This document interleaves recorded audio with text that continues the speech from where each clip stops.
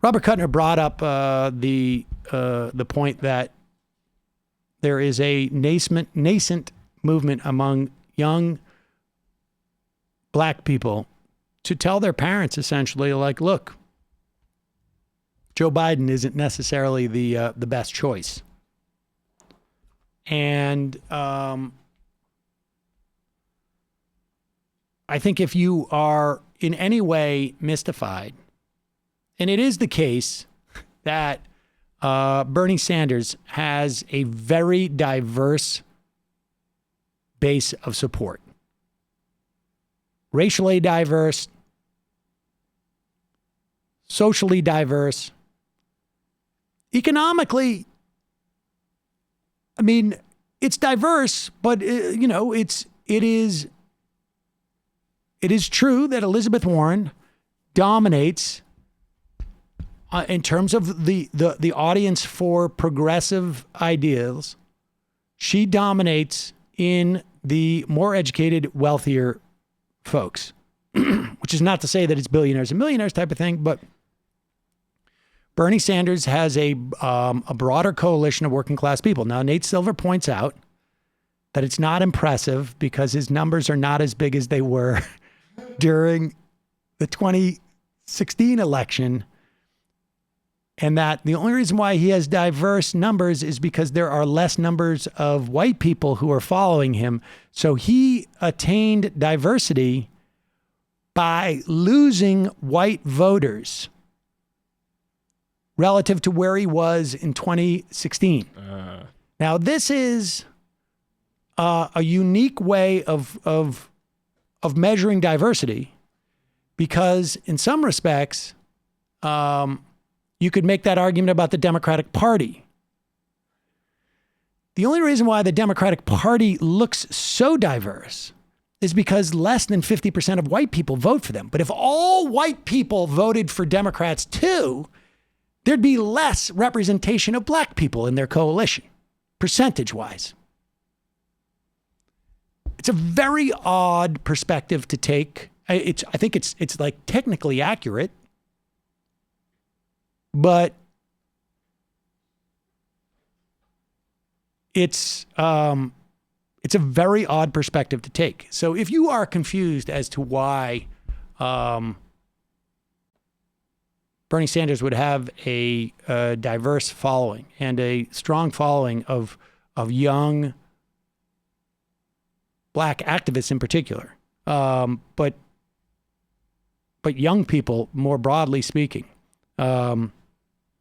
This clip of Keeanga-Yamahtta Taylor at the Afro-Socialist DSA event is, I think, sort of on point.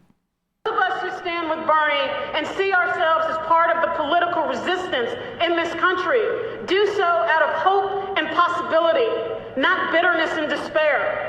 It is hope. It is the possibility of a better life. It is the possibility of a better world. We are not called to this movement based on the things that we don't want or based on the people that we don't want to vote for. For the first time in any of our lifetimes, we have a candidate for whom we can proudly vote for who has an actual chance to win. We have an opportunity to vote for the things that we want and not just vote against the things that we don't want. Universal health care, universal access to college, housing for all, an actual strategy to confront the climate crisis, jobs with living wages and union protections. And this is precisely why this campaign, despite the slights and derision, has attracted a broad audience of ordinary black youth and young black workers. They are attracted to the campaign for the simple reason that capitalism has failed the vast majority of poor and working class African Americans. Many of us have come to the realization that capitalism and its so-called colorblind market economy has never worked for us. It didn't work when we were bought and sold on the market.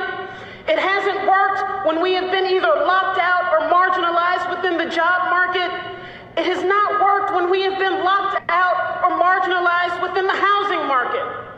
In fact, there is no golden age of American capitalism that we can to and say that's when African Americans benefited from this system. So when Sanders says the name of the system and marks capitalism as the root of our hardship, at the root of our despair, at the root of our indebtedness, at the root of our dispossession, then he is speaking to us. And of course, he is talking to everyone who suffers from the oppression and exploitation at the heart of capitalism. I mean, it is pretty hard to argue with that construction.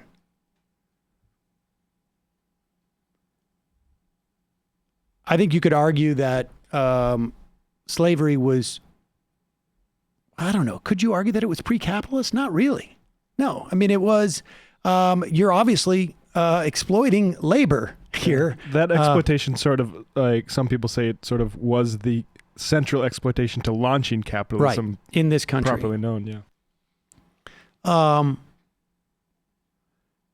It's very hard to imagine I don't think you could have slavery in the context of a socialist society. Could you on some level? I mean, I suppose you could have an authoritarian if you had an authoritarian, but a genuinely socialist society. Now, part of the problem is that it's hard to achieve. But